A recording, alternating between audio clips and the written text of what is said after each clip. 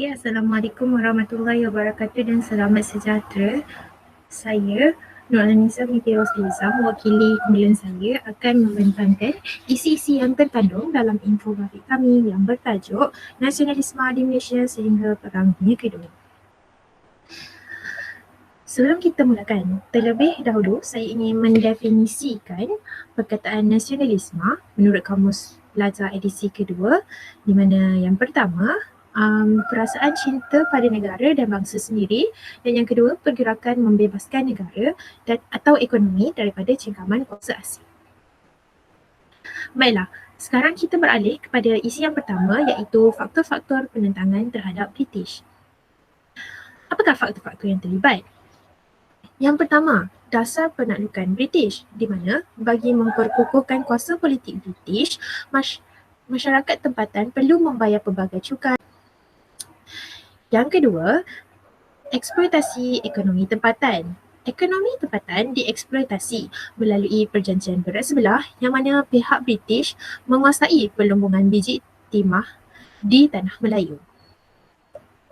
Yang ketiga, campur tangan adat resam atau campur tangan adat tempatan, di mana J.W. Birch memaksa masyarakat tempatan menerima amalan perhambaan yang sama sekali bertentangan dengan adat masyarakat tempatan. Sebagai contoh, J.W. Birch menyimpan hamba perempuan di rumahnya.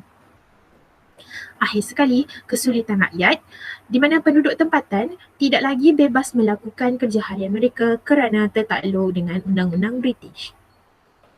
Beralih pula kita kepada bentuk perjuangan pemimpin tempatan menentang British.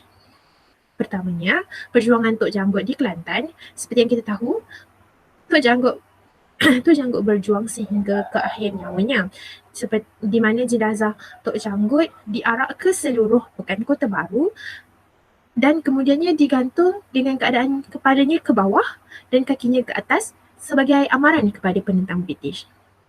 Nyawa yang tergadai menunjukkan betapa hebatnya perjuangan Tok Janggut. Baik, bagi isi yang seterusnya, penentangan tokoh-tokoh di Sarawak seperti Syarif Masahur yang mengetuai orang Melayu di Rajang, Linggir yang mengetuai orang Iban di Saribas, dan Rentap yang mengetuai orang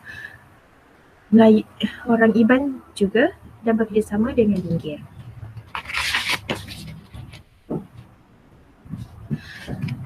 Perjuangan di Perak, di mana peristiwa pembunuhan J.W. Birch pada tahun 1875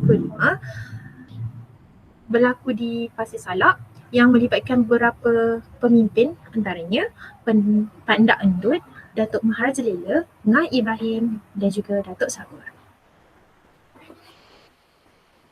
Seterusnya, faktor pemangkilan nasionalisme, di mana yang pertama, Sir Andrew Clark bertanggungjawab membawa sistem politik barat sejak 1874. Yang kedua, perkembangan sistem pendidikan. Yang ketiga, dasar British, di mana British mengamalkan dasar perdagangan bebas yang telah menggalakkan pekerja asing ke tanah Melayu. Hal ini menyebabkan kedatangan imigran memberi saingan kepada ekonomi penduduk tempatan. Dan yang terakhir, pembukaan bandar baru. Beralih kepada perkara seterusnya, peranan akhbar dan majalah bagi melahirkan kesedaran nasionalisme. Berikut adalah contoh-contoh akhbar dan majalah yang terlibat. Yang pertama, Warta Malaya. Yang kedua, Lembaga Malaya. Yang ketiga, Utusan Melayu. Yang keempat, Fajar Sarawak. Dan yang terakhir, Majlis. Antara isu-isu yang dibangkitkan adalah yang pertama, memajukan pendidikan tinggi orang Melayu. Yang kedua, memartabatkan bahasa Melayu. Dan yang ketiga, sikap pilih kasih British. Berikut adalah antara persatuan-persatuan Melayu yang terlibat. Yang pertama, Persatuan Melayu Sarawak, di mana tujuan penubuhannya adalah untuk menggalakkan perpaduan Melayu.